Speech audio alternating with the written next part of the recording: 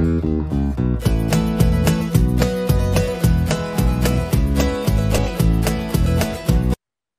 teman-teman, kita bersyukur hari ini kita boleh bersama-sama di dalam sebuah acara BAM, Biarkan Alkitab Menjawab. Teman-teman, hari ini kita akan coba merespon tentang sebuah pernyataan statement dari Bapak Abraham Kefas yang konon katanya, menurut kesaksian beliau, bahwa dia pernah dulunya adalah seorang pendeta, seorang penginjil yang menginjili dan banyak membuka gereja, tetapi karena dia akhirnya mendapat hidayah dan kemudian berubah menjadi orang yang memeluk agama Islam.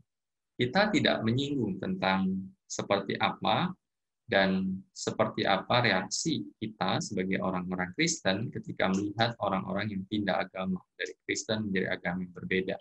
Tetapi yang kita akan coba responi hari ini adalah sebuah pembahasan yang dilakukan oleh Bapak Abraham Kefas berkaitan dengan siapa yang dikorbankan oleh Abraham ketika dia disuruh Tuhan untuk mempersembahkan anaknya.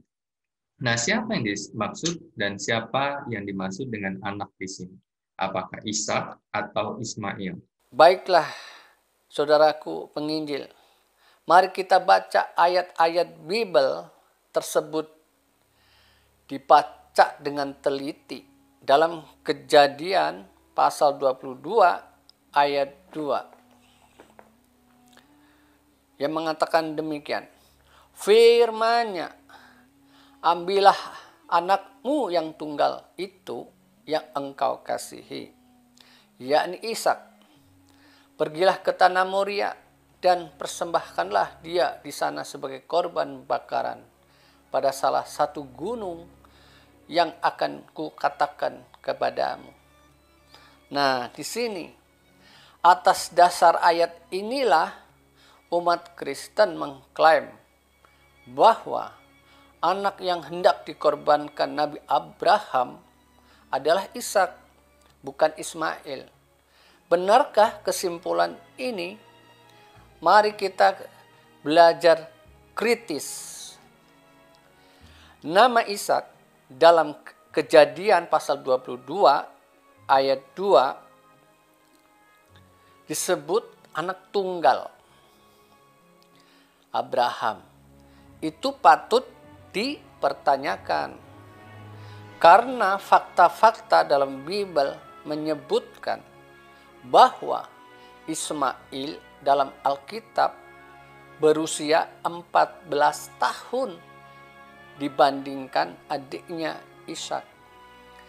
Karena Ismail dilahirkan ketika Abraham berusia 86 tahun.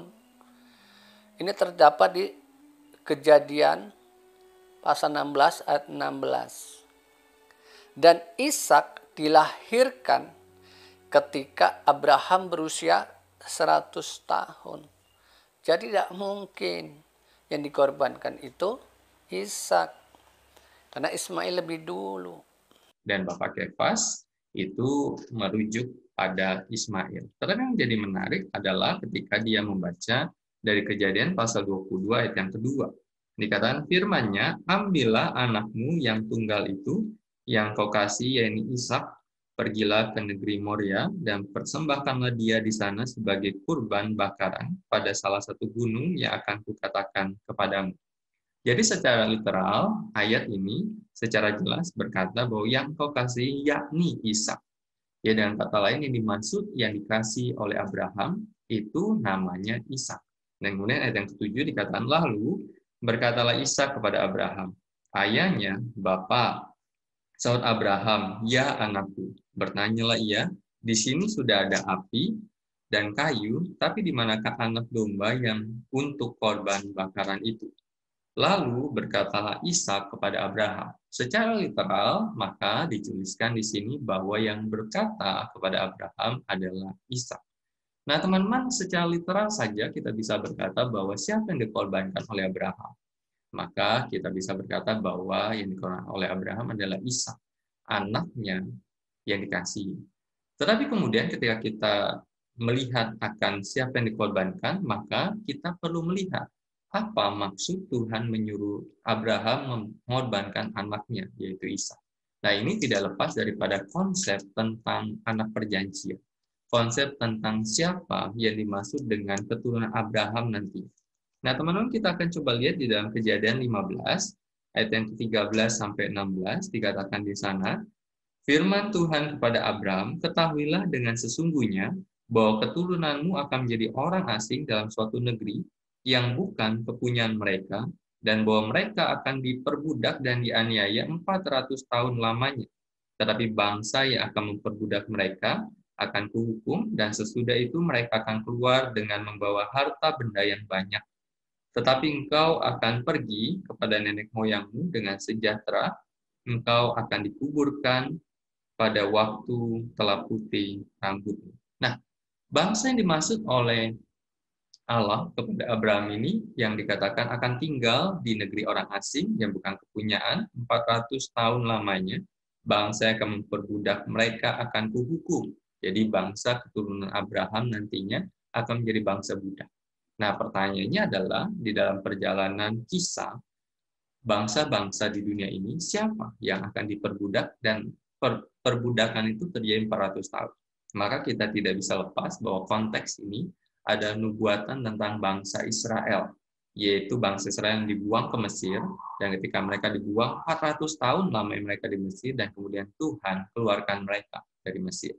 Dan kemudian kalau kita lihat lagi Kejadian pasal yang ke-17, ayat yang ke-15, selanjutnya Allah berfirman kepada Abraham, tentang istrimu Sarai, janganlah engkau menyebut dia lagi Sarai, sebab Sarah itulah namanya. Ayat yang ke-18, dan Abraham berkata kepada Allah, kiranya Ismail diperkenankan hidup di hadapanmu.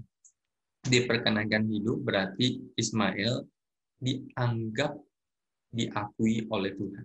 Tetapi pernyataan Abraham ini menunjukkan bahwa Ismail itu tidak diperkenankan hidup di hadapan Tuhan. Lalu dikatakan ayat yang ke-19, tetapi Allah berfirman, tidak, berarti tidak itu menjawab pernyataan Abraham tentang Ismail, melainkan istrimu Sarah lah yang akan melahirkan anak laki-laki bagimu, dan kau akan menamai dia Ishak, dan aku akan mengadakan perjanjianku dengan dia menjadi perjanjian yang kekal untuk keturunannya. Kemudian ayat yang ke-20 tentang Ismail, aku telah mendengarkan permintaanmu, ia akan kuberkati. Jadi Ismail pun mendapat berkat karena dia adalah anak Abraham. Kubuat beranak cucu dan sangat banyak, yang akan memperanakan 12 raja, dan aku akan membuatnya menjadi bangsa yang besar.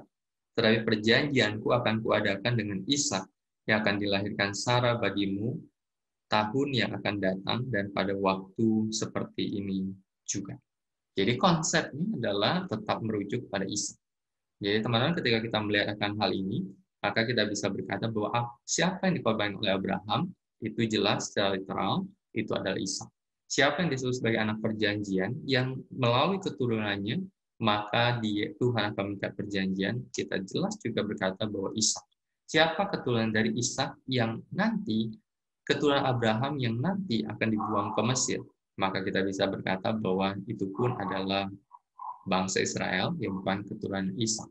Dan kita ingat di dalam Alkitab, seringkali disebut sebagai Allah Abraham, Allah Ishak, dan Allah Yakub. Tidak pernah disebut tentang yang lain. Biarlah kita sebagai anak-anak Tuhan tetap berpegang pada apa yang Alkitab katakan.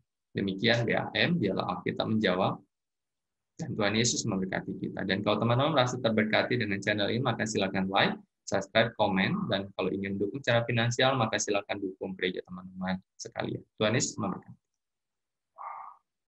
Halo rekan-rekan semua, terima kasih sudah menonton video ini. Jangan lupa untuk subscribe, like, dan share. Tuhan Yesus memberkati.